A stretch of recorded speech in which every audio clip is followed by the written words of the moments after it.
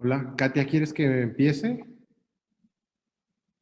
Hola Fernando, sí, buenas noches a todos. Sí, Fernando, por favor. Hola, pues bueno, vamos a pasar ya a la mesa de redonda. Muchas gracias a todos los participantes y muchas gracias al Hospital de la Luz por haberme invitado a coordinar esta mesa redonda. Fueron unos temas muy interesantes que yo creo que vamos a poder platicar un rato. Creo que tenemos 15 minutos para esto. Y antes de comenzar, yo quisiera agradecer, bueno, y hacerles una pequeña presentación de nuestros participantes.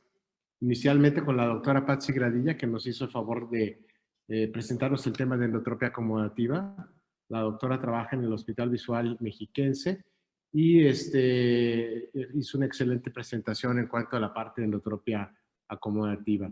Y posteriormente el staff de estrabismo del Hospital de la Luz, creo que ya todos los conocemos, empezando con el doctor Mario Nájera, con mi tocayo Fernando Zabaleta, y con Katia, que es nuestra anfitriona como jefa del departamento de estrabismo, y finalmente pues Galton, el invitado de honor, ya conocido por todos en el aspecto estrabológico y de oftalmopediatría. Entonces, bueno, haciendo esta pequeña introducción, ahora sí nos vamos directo a la mesa. Voy a empezar primero, por orden, con Patsy, con la parte de endotropia acomodativa, y le voy a dirigir algunas preguntas y les voy a pedir que el que quiera participar en la mesa, pues es libre de solicitar la palabra para poder participar. Entonces, lo primero que le quiero preguntar a Patsy es en los estrabismos parcialmente acomodativos, que son muchos de los que vemos donde la endotropia no se corrige totalmente. Nos presentaste que era una indicación cuando el paciente no tenía una corrección de menos de 10 dioptrías, tener que utilizar algún otro método y mencionaste sobre todo por la parte quirúrgica. ¿Tiene algún lugar la aplicación de toxina botulínica en estos residuales de endotropia acomodativa? No te oí que lo mencionaras y yo creo que es interesante tu opinión. Y alguien si la usa para estos casos. Sí, la toxina botulínica también es una excelente opción para las endotropias residuales, que puede ser utilizada inicialmente cuando son endotropias residuales pequeñas, y a lo mejor me conservaría la cirugía para endotropias residuales mayores de 20 dioptrías. ¿Alguien más tiene experiencia con el uso de toxina botulínica? Yo en mi caso la encuentro muy útil en los residuales hasta 20, 25 dioptrías. Incluso a veces tenemos residuales muy pequeños que no son notorios, pero que el paciente no demuestra fusión o no tiene estereopsis y quieres hacer una corrección mayor, ¿no? Ok. ¿Quién levantó la mano? ¿Mario? Sí, yo concuerdo en los estrabismos, sobre todo de menores ángulos de 20-25 dioptrías, pero también podría ser una muy buena opción de inicio en los parcialmente acomodativas, sobre todo los menores de 2 años de edad, ¿no? Si tiene sospecha de algún retraso psicomotor asociado, que también puede ser algún hallazgo concomitante, y ya si no hubo una buena respuesta o si el ángulo ya es mayor de 20-25 dioptrías, yo creo que lo ideal es, antes de considerar una cirugía, siempre descartar que no haya ningún componente acomodativo residual, repitiendo la cicloplegia, y una vez que demostramos que ya no la hay, pues será la cirugía. Pero siempre vamos a tener la opción de la toxina y es una excelente herramienta, concuerdo con los dos, sobre todo en los ángulos pequeños, pero también una excelente herramienta en los niños menores de 2 años. Ok, Fer, ¿qué querías opinar, por favor? Solamente agregar que alguna vez dentro del Centro Mexicano de Estrabismo oí las opiniones de que como cuestión primaria la endotropia parcialmente acomodativa no existía, sino que se trataba de endotropias acomodativas todas que se habían ido deteriorando por alguna causa. En el sentido de poner toxina, ya dijeron que sí es una buena opción. Siempre vale la pena, y este es mi comentario, que se comente con los padres de qué se trata, porque ellos siempre quieren que el niño no use las gafas, ¿no? Que cualquier tratamiento involucre el quitar la adición, la magnificación, que siempre va a ser un problema, y bueno, a explicar muy bien de qué se trata esto, ¿no? Sino que la toxina va a quitar cierta parte del estrabismo, pequeño, y los lentes van a ser los principales ejecutores. Totalmente de acuerdo. Calton, ¿tú qué haces allá en Brasil? Sí, adelante. Creo que es importante la énfasis en el componente residual que muchas veces tenemos que revisar, como ha sido dicho, y si no, la toxina botulínica es una buena opción. Muchas veces en niños con retraso, hay problemas neurológicos, es una experiencia para que se sepa exactamente cómo va a evolucionar después de la toxina. Por eso es una buena indicación.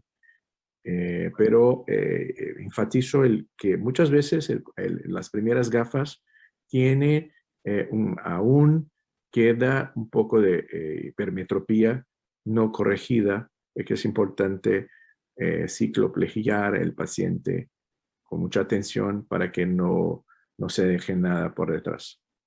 De acuerdo. Ahora, en cuanto al tiempo de uso de las gafas, nos decía Patsy que entre 1, 2 meses.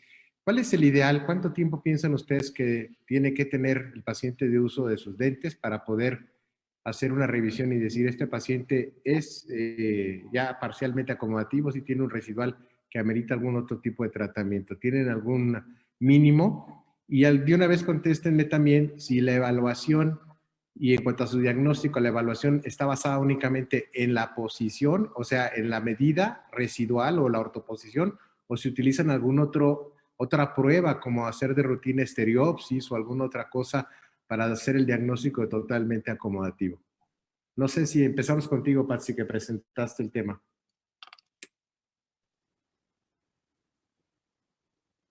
Patsy, ¿estás por ahí? Aquí estoy. Ah. Sí, a mí también me gusta hacer pruebas de fusión y de estereopsis, que también me van a apoyar para pensar en un estrabismo acomodativo cuando la desviación se corrige al 100%. Y yo lo cito normalmente entre los 2 y los 3 meses después de que mando sus lentes para ver el resultado. Y dependiendo si hubo buen apego de los lentes, ya lo puedo diagnosticar de una vez ahí, pero si veo que el niño no tuvo buen apego, sí los vuelvo a citar hasta que ya los usa de forma continua y ya puedo hacer un diagnóstico. Okay. ¿Alguien hace algo distinto o alguna otra cosa? Normalmente la primera revisión hago más cerca, 2, 3 meses, para que verifique sobre la corrección. Y después 3, 5 meses. Y a veces la incomitancia lejos, cerca, es importante porque a veces empezamos con unas gafas simples y a veces encontramos después una esotropía, una endotropía asociada a un componente sea sobre alto. Ok, de acuerdo. Yo sí pienso que hay que esperar un mínimo de 3 meses con un uso adecuado para poder decidir si vamos a hacer algo más, ¿no? Y en cuanto al apego del uso de los lentes, que a veces es difícil, sobre todo en los hipermétropes medios, que no tienen, no tienen el apego de uso de los lentes. No sé si alguien utiliza algo en particular. Por ella ya había dicho Patsy que se puede usar ciclopentolato. Yo soy de la idea que la atropina funciona un poco mejor en estos casos, cuando los niños no quieren usar los lentes. De alguna manera es un cicloplégico más fuerte. Y incluso David Romero tenía ahí, en el tiempo que estuvimos juntos, un esquema de uso de atropina para favorecer el apego del uso de los lentes en estos pacientes, ¿no? Que incluso sirve como diagnóstico, porque en un inicio, cuando hacemos la cicloplegia en el consultorio, si vemos que el ángulo de la desviación aumenta cuando el niño está bajo cicloplegia, podemos decir que hay un factor acomodativo ahí que sí está influyendo. Doctora Katia, ¿quiere comentar algo? Sí, quería decir, mi revisión es a los 2 meses y sí me interesa ver respuesta, pero también creo que en esta primera consulta es importante ver el apego que tuvieron a los lentes. Como ya mencionaste, Fernando, es difícil que acepten el uso de lentes, entonces a veces ni siquiera los han mandado a hacer, no los están usando como debe de ser, entonces creo que esa primera consulta también es importante para hacerles énfasis otra vez en la importancia del uso correcto de los lentes. Y no, cicloplégicos para mejorar el apego al uso de los lentes yo no he usado. Okay. Bueno, quiero terminar esta parte de endotropia con una pregunta del público, que les quieren preguntar a ustedes a qué edad consideran el disminuir el monto de la hipermetropía en el paciente con endotropia totalmente acomodativa. ¿Cuándo deciden ustedes que van a empezar a bajar la esfera? ¿En base a qué? A ver, Mario. Yo creo que hay que decir muy claro que cada caso es independiente e individualizado. Depende de la evolución. Tenemos endotropias totalmente acomodativas que corrigen al cero y totalmente acomodativas que quedan en una microtropia que tienen más riesgo de descompensarse.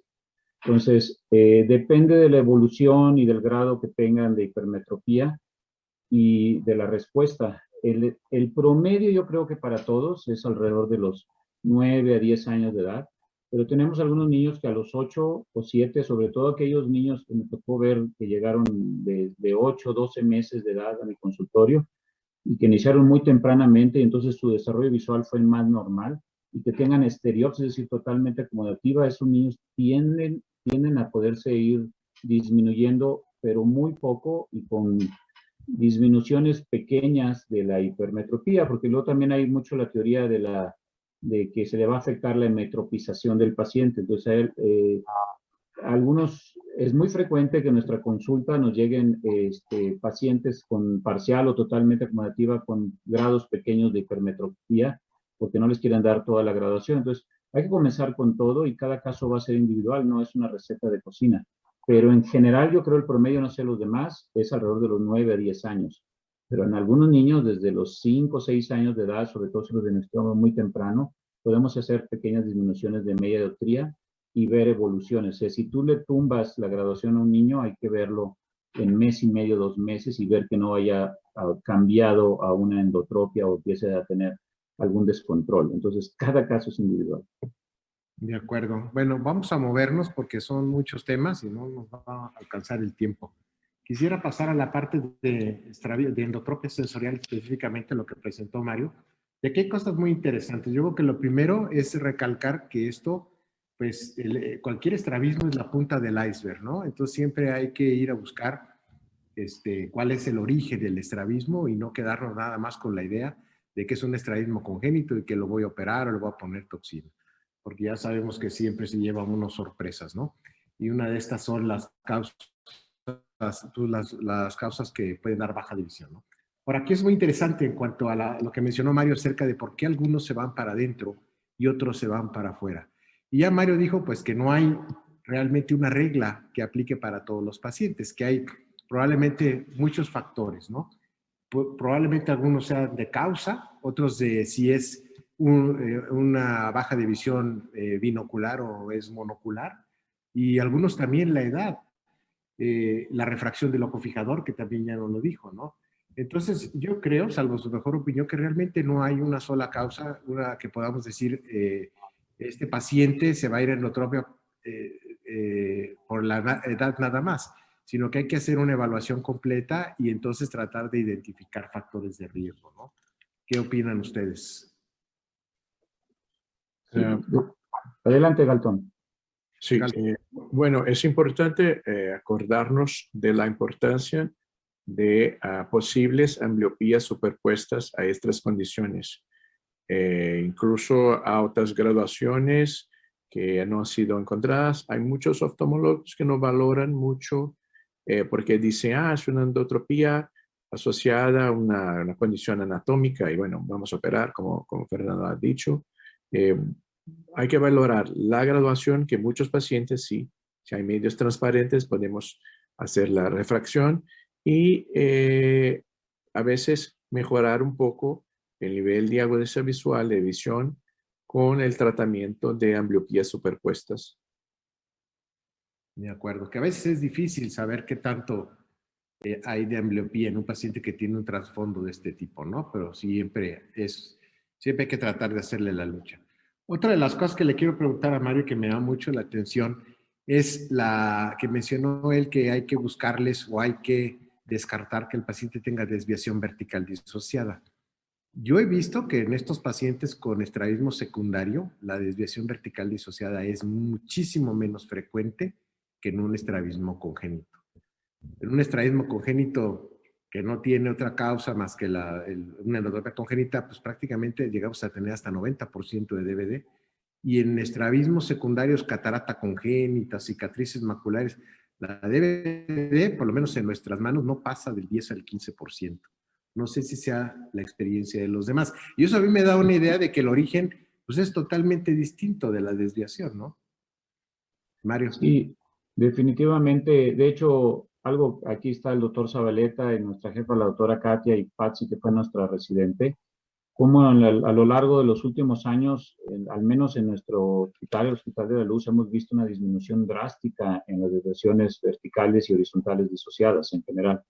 Entonces, los niños que tienen estrabismo de endotropia sensorial tienen una incidencia mucho menor que la endotropia congénita, pero siempre hay que estarlo buscando cuando hay un estrabismo, una endotropia sensorial de origen muy primario, como una toxoplasmosis macular, etcétera, porque puede estar, pero estoy de acuerdo contigo, Fer, siempre es en una incidencia mucho menor que las endotropias congénitas.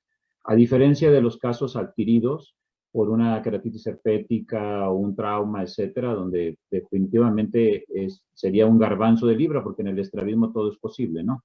Pero ahí prácticamente no va a haber. Entonces, donde podemos llegar a encontrar alguna desviación vertical disociada es en aquellos casos con desviaciones muy, muy tempranas de endotropia sensorial. Y aún así es mucho más raro, muchísimo más raro que en una endotropia congénita. De acuerdo, muy bien. Fernando Zabaleta, levantaste la mano.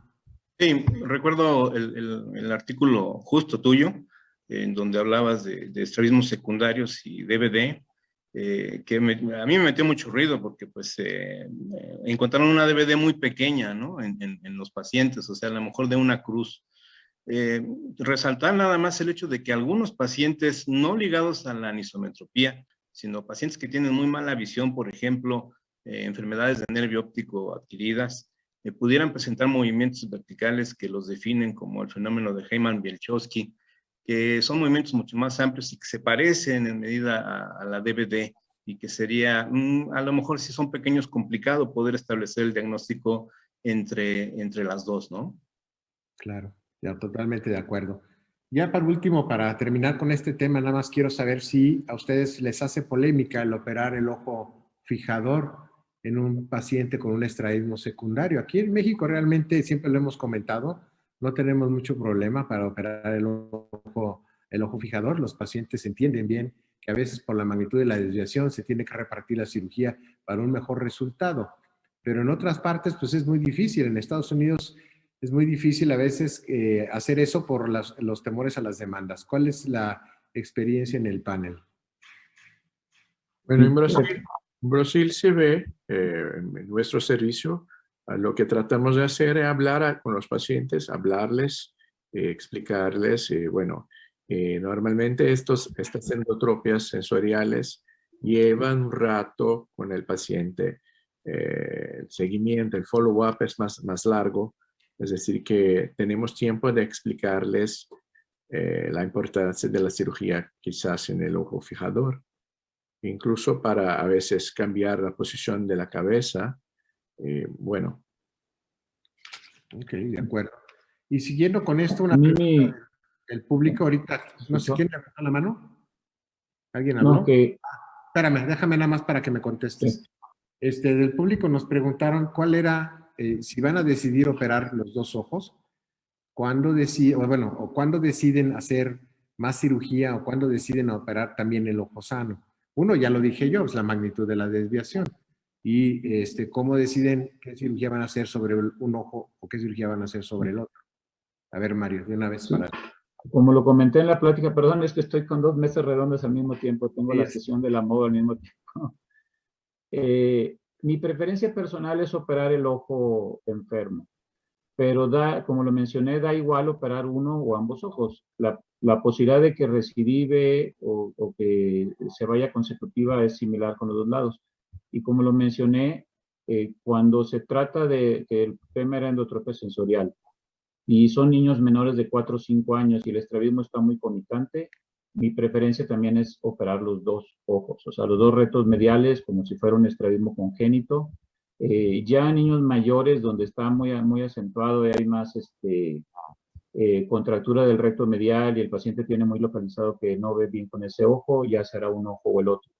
Y en ocasiones hay que agregar, por lo menos, si quieres operar el ojo enfermo, tendrás que agregar un músculo del ojo sano, fijador, si la magnitud es muy grande. O al revés, si operas el ojo fijador y es demasiado grande la desviación, que son pocos los casos, tendrás que agregar un músculo del otro lado. Básicamente no le veo mucha complicación.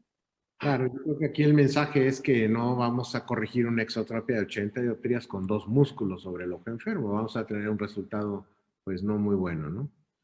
Ahora, vamos a pasar al tema de endotropia por dispositivos o estrabismo por dispositivos. Yo no diría tanto celular, porque ya, o sea, son 1000 cosas las que influyen ahora, ¿no? Desde el celular, los videojuegos, la televisión, el iPad, o sea, todo. Es el tiempo que pasan los niños en los dispositivos electrónicos.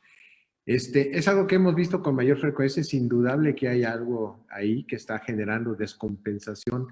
No sabemos si de algún estrabismo previo, no sabemos si de alguna predisposición genética. La verdad es que eso todavía no está muy claro qué es lo que está sucediendo, pero sí hay una relación. ¿Qué tan frecuente lo ven ustedes en la consulta diaria? Si han visto ese incremento que se reporta y cuál es su predilección de tratamiento en este momento, suponiendo que obviamente se descartó cualquier otra alteración.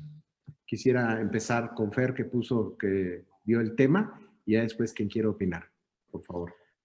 Actualmente la frecuencia igual en el Hospital de la Luz ha aumentado. Yo creo que estamos viendo pacientes con endotropia adquirida y antecedente de uso de dispositivo electrónico, probablemente 1 por día, y tenemos 6 días de consulta, ¿no? Entonces, es bastante alta ahorita, en este momento, en este último mes, ¿no? La preferencia de tratamiento, pues ya vimos que la toxina no funciona tan bien. En algunos pacientes se pudiera probar en lo que probablemente llega la resonancia, en lo que se da la indicación, que es la misión imposible de dejar el celular, ¿no? O el dispositivo electrónico, porque eso al menos nuestros pacientes no lo han logrado y siempre se ve que no funciona muy bien. Actualmente creo que nos inclinaríamos más hacia la cirugía de tipo aumentada para poderlos tratar con las condiciones de las que ya hablamos, ¿no? Resonancias magnéticas previas, que pocos pacientes en la fundación lo pueden cumplir por el costo, y descartando las otras endotropias adquiridas. ¿Los demás qué hacen? ¿Cuántos casos tienen? A mí se me hacen muchos los que dice Fer, pero bueno, es un hospital de alto volumen. Yo la verdad es que veo muchos menos. No Sí, sé yo creo que sí es un estrabismo que cada vez, bueno, sospechamos nosotros más porque el antecedente siempre está presente. Por lo menos a mí sí me queda la duda de si realmente eso no es. Como tú lo mencionas, puede haber una predisposición genética. ¿Por qué unos sí, por qué otros no? Si usan a lo mejor unos más que otros los dispositivos. Yo sí les intento de primera intención con la toxina. La parte que te dicen, incluso se menciona el uso de atropina y pues el retirar el uso constante de los dispositivos. La verdad es que no tengo tanta experiencia, algunos pacientes se pierden y no tengo yo como la casuística para decir cuántos vemos en el hospital, pero sí cada vez sospechamos más el diagnóstico y nos quedamos a veces con ese diagnóstico por descarte, pero creo que nos queda la duda, ¿no? De si es o no es asociado al uso de dispositivos electrónicos. La cosa es que ahora les preguntas a los niños y todos, o sea, tienen 10 horas ahí en los dispositivos. Entonces, Galton, tú en Brasil, ¿cómo está este problema? ¿Cómo lo ven ustedes? Porque vemos más frecuente pacientes que llegan, 2 tipos de pacientes. Pacientes nuevos que llegan con esotropias y con uso muy frecuente de dispositivos celulares y otros. Y pacientes antiguos que empeoran el ángulo de desviación después de la pandemia. Interesante es que el grado de miopía no es, mis pacientes, no he observado aumento marcado del grado de miopía. La proporción de media dioptría por semestre no ha aumentado tanto, pero La desviación, el ángulo de desviación previo, sí, en algunos pacientes ya tratados. Interesante esto. Ok, muy bien. Pues yo mi experiencia ha sido con toxina botulínica, no me ha ido mal, pero tampoco puedo decirlo que sea el tratamiento de elección porque hemos tenido pocos casos. Pero como dice Katia, es algo que se puede intentar como primera opción y si no resulta, pues ya el paciente terminará en cirugía. Bueno, pues vamos ahora. ¿Alguien habló por ahí? Ver, Sí, adelante, Mario. sí. Igual, la misma opinión que Katia y que Fernando, y lo que hemos visto es que con toxina no funcionan, tienden a recidivar y tenemos la sospecha de que si era una microtropia descompensada, etcétera. Mi experiencia en la pandemia con 3 pacientes que tenía con endotropia acomodativa que mejoraban a una microtropia de menos de 6 a 8 dioptrías. Un niño que tuve que operar allá como por septiembre, octubre del año pasado, comenzó la pandemia y los papás se relajaron. Un niño de 8 años dejó de usar los lentes y se la pasó con medios electrónicos y ya tenía yo como 3 o 4 años que lo mantenía con una refracción más o menos de 5 con cicloplegia total y mejoraba a 6 a 8 dioptrías de microtropia.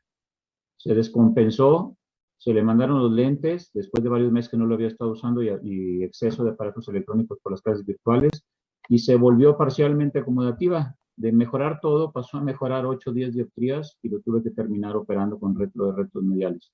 Los otros 2 casos fue algo similar, se le pusieron de nuevo los lentes, se actualizó la cicloplegia y volvieron otra vez a hacer una endotropia acomodativa con una corrección de microtropia. Entonces, podría ser que estos casos tuvieran componentes acomodativos que no los vemos, pues ya deben haber sido unas microtropias que se descompensan. La verdad es que todavía hay mucho por ver.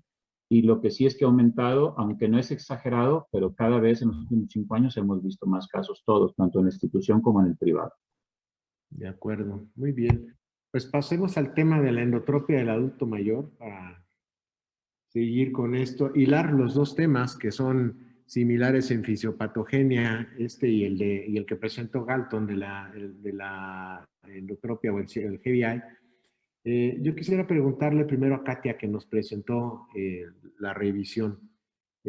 ¿Cuál es tu técnica de elección? Ya una vez, porque al principio que salió esto, yo me acuerdo que los primeros casos que yo operé, sin tener ahora los estudios de Dimer que demuestran, pues para mí muy claramente lo que sucede en el Saguenay, lo que hacíamos era retroinsertar un recto interno con anestesia tópica y la verdad es que nos iba más o menos bien. Después nos fuimos a los rectos externos para irnos sobre la fisiopatología. Actualmente, ¿qué es lo que prefieren de primera instancia en estos pacientes si no le van a poner toxina o que ya le pusieron y no funcionó? Porque yo sé que probablemente la mayoría diga, bueno, primero le pongo toxina y veo cómo me va. Katia. Pues basado en la experiencia de mis maestros, prefiero los rectos laterales. Y me ha ido bien. Lo que sí he visto, porque se menciona en la literatura el reforzar los dos, a mí me ha ido bien reforzando solo uno. ¿Hasta algún monto de desviación o cuándo decides hacer el segundo?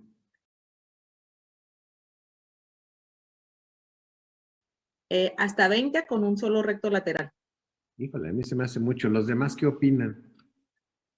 Creo que igual, pero tengo la tendencia de hacer los medios, pero como Katia, prefiero, bueno, ir más despacio y con desviaciones más pequeñas, un recto lateral si necesario. De acuerdo. ¿Alguien más hace algo diferente? Dos laterales pequeños. Dos laterales. Yo pienso que también la cirugía simétrica de los rectos laterales les va mejor porque normalmente son los dos rectos externos los que están afectados.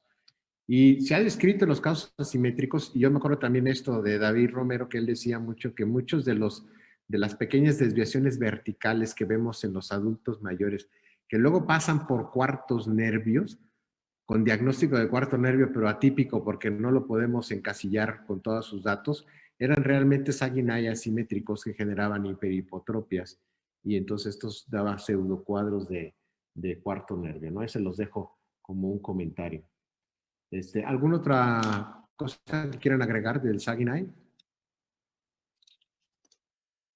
¿No? ¿Nadie? Ok, pues vamos a al tema de Galton, que se me hace un tema muy interesante. Es otro de los temas donde el conocer la fisiopatología pues vino a cambiar totalmente el aspecto terapéutico y el resultado en estos pacientes. Yo me acuerdo que haciendo alguna revisión en estos casos, inicialmente lo que se hacía era nada más retroinsertar los rectos internos. Y hay veces que se hacían retroinserciones enormes y el paciente no mejoraba nada.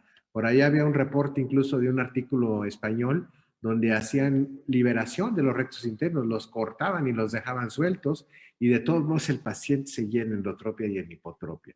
Ahora nos queda muy claro que pues, al no restablecer los vectores de fuerza que están alterados, pues entonces el resultado por eso era malo, ¿no? La pregunta, Galton, ¿hasta qué grado de miopía puedes tú empezar a sospechar que tu paciente tiene esta patología o que tiene algún otro tipo de desviación? ¿Hay una correlación entre el grado de miopía? Bueno, de la literatura hablan después de 20, 25 dioptrías, pero a diario yo sospecharía en pacientes además de 15 dioptrías, pero claro, el cuadro clínico de la esotropía, de endotropía, asociado a hipotropía a veces, la B hacia abajo, bueno, no solamente la cantidad de endotropía, pero yo diría que después de 15 ya, bueno, con un cuadro más característico, yo podría sospechar, sí. Okay. ¿Cuál ha sido yo he visto de estos cuadros con miopes no tan altos, a lo mejor 13, 14 dioptrías. Exacto, exacto. Lo E que yo incluso veo, con grados de desviación más pequeños. Esos son los más difíciles, ajá, porque a veces suelen ser casos más comunes. Bueno, de verdad tiene alteraciones estructurales anatómicas. ok. Ahora, ¿en qué basan la decisión de ir a hacer una técnica de estas de Yokoyama o de llamada? O solo hacer la técnica de llamada en el área lateral o agregar un debilitamiento del recto interno o poner toxina botulínica. ¿Se basa en la magnitud de la desviación o se basa en el grado de limitación del movimiento hacia afuera? Que puede ser muy variable. Hay pacientes que tienen bastante buena abducción y seguramente son los que no tienen tanto desplazamiento, ¿no? ¿Alguien quisiera opinar? Si cómo modifican su criterio quirúrgico de acuerdo a esto o no lo hacen. O nada más se van por el estudio de imagen. Es interesante que Yokoyama no ha encontrado una relación entre el ángulo de desplazamiento, si 100, 120, y la técnica y resultados. O sea, si hay un desplazamiento, no importa el talle del cono, Uh-huh. o todavía no ha encontrado aún una correlación. Okay. ¿Alguien más que quisiera decir algo acerca de esto, de miopía alta, de PDI? Yo hace unas semanas le pregunté a mi hijo Sato sobre el tratamiento que hacía en estos pacientes que tan frecuentemente trataba el recto medial y me comentaba que muy frecuentemente toca el recto medial, que primero lo refiere, hace el Yokoyama y después del Yokoyama regresa al recto medial para saber cuánto hacerlo para atrás, ¿no? Pero creo que la mayoría de las cirugías que se han hecho en la luz, si más no recuerdo, en general no han tenido que tocarse el Yokoyama. La otra situación es que hablaban de la refracción y muchos pacientes llegan con cirugías facorefractivas, ¿no? Entonces, pues nada más nos queda a veces el eje anteroposterior y sospechar más o menos en cuánto estaba antes, porque no tenemos a veces el dato, fueron operados en otro lugar. De acuerdo. Eso que dices tú es muy interesante porque hacerlo a la inversa yo creo que aquí funciona mejor.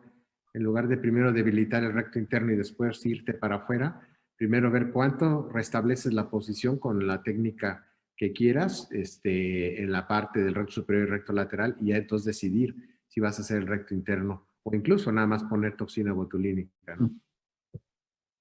En En lo particular, yo siempre hago primero la técnica sobre el recto superior y el recto externo.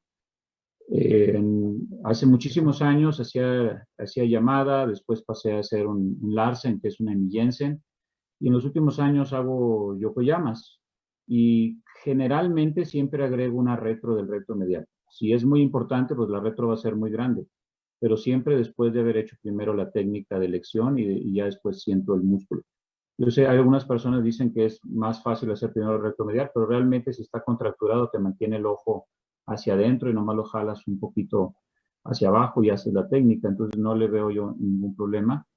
Lo que sí es que cuando no todos necesitan la técnica de yokoyama, o sea, tienes que encontrar el músculo desplazado y en las imágenes, en el Hospital de la Luz y en el privado, pues es más accesible que se hagan una tomografía que sirve para nuestro. O sea, yo sé que la resonancia magnética nuclear es la mejor técnica que hay de imagen, pero también extrapolándolo a nuestros pacientes es mucho más costosa. Entonces, realmente la tomografía axial computarizada con buenos cortes nos brinda una muy buena imagen de si están desplazados los músculos y lo corroboras en la cirugía y lo haces. Cuando tienes un paciente con una miopía muy alta y los músculos no están desplazados, el recto externo no está desplazado hacia abajo y los verticales no están desplazados hacia adentro, puedes hacer una técnica convencional, cosa que si haces en unos músculos desplazados, puedes empeorar, o de hecho vas a empeorar el cuadro por resecar y reforzar un recto externo.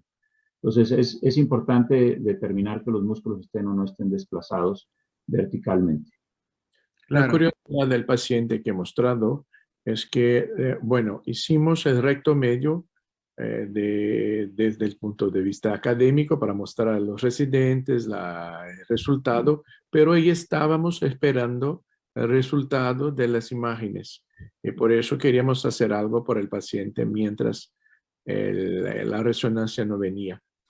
Pero en el caso mostrado hubo una disminución de casi la mitad, de 50 dioptrías prismáticas.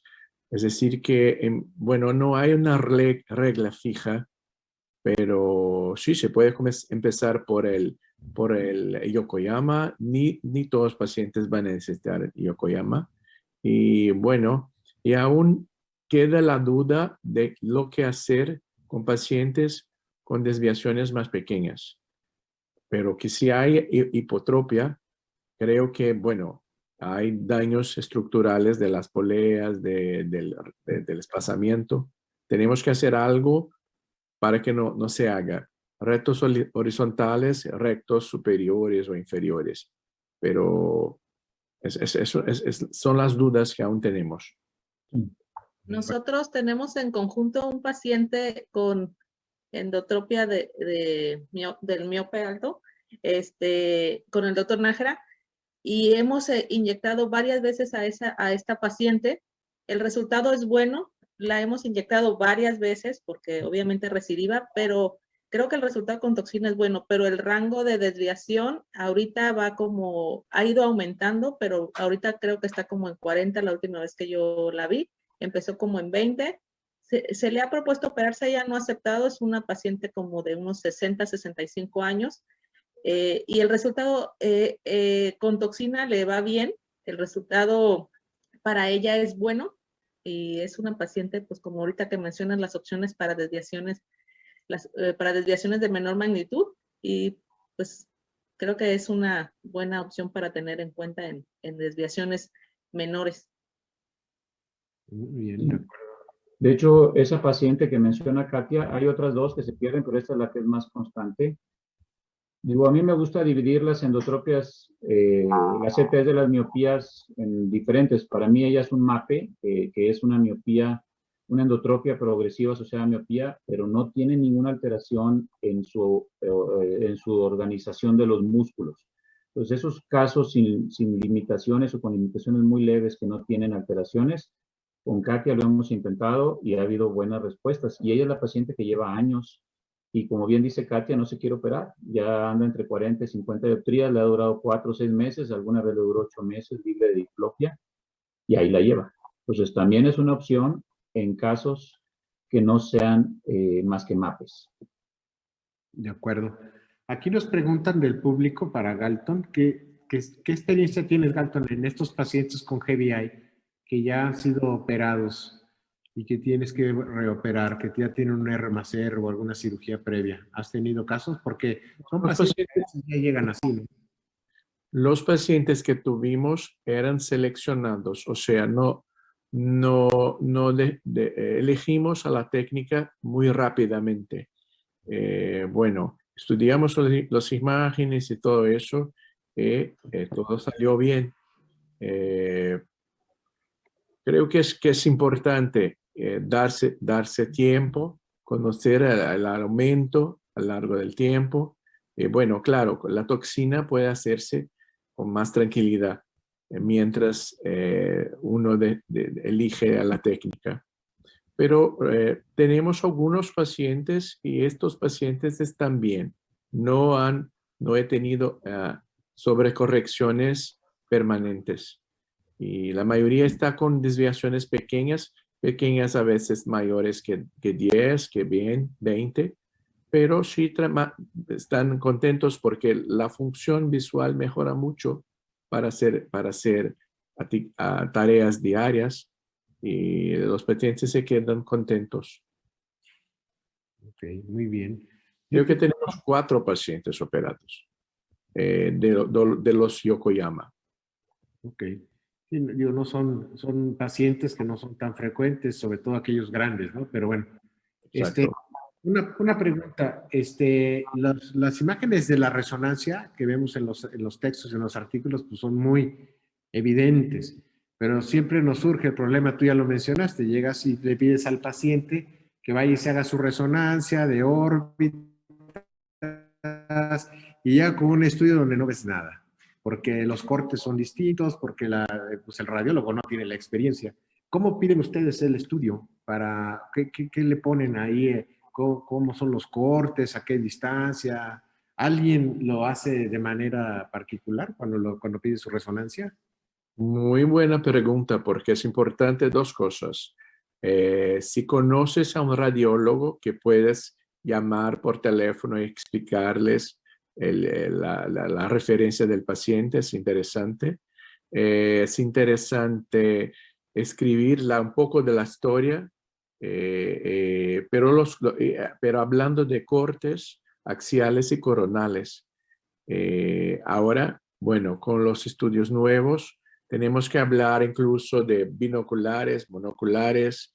Bueno, el diálogo con el radiólogo, no solamente en estos casos con miopía, es muy importante. Creo que una descripción muy detallada es muy importante porque incluso vemos resultados, muchas tonterías escritas que no valoramos y que, bueno, a veces vemos las imágenes y dejamos lo que está escrito por lado. Ahora, ¿qué importancia le das tú a que tenga estafiloma? Porque yo creo que la presencia de estafiloma también define un poco que a veces lo que se ve más es el estafiloma, ¿no? A veces a lo mejor los desplazamientos pudiera estar rotada la imagen. Pero cuando veo un estafiloma ahí en el área temporal, pues casi que hay que hacer cirugía con alguna de estas técnicas, ¿no? Exacto, exacto. Pero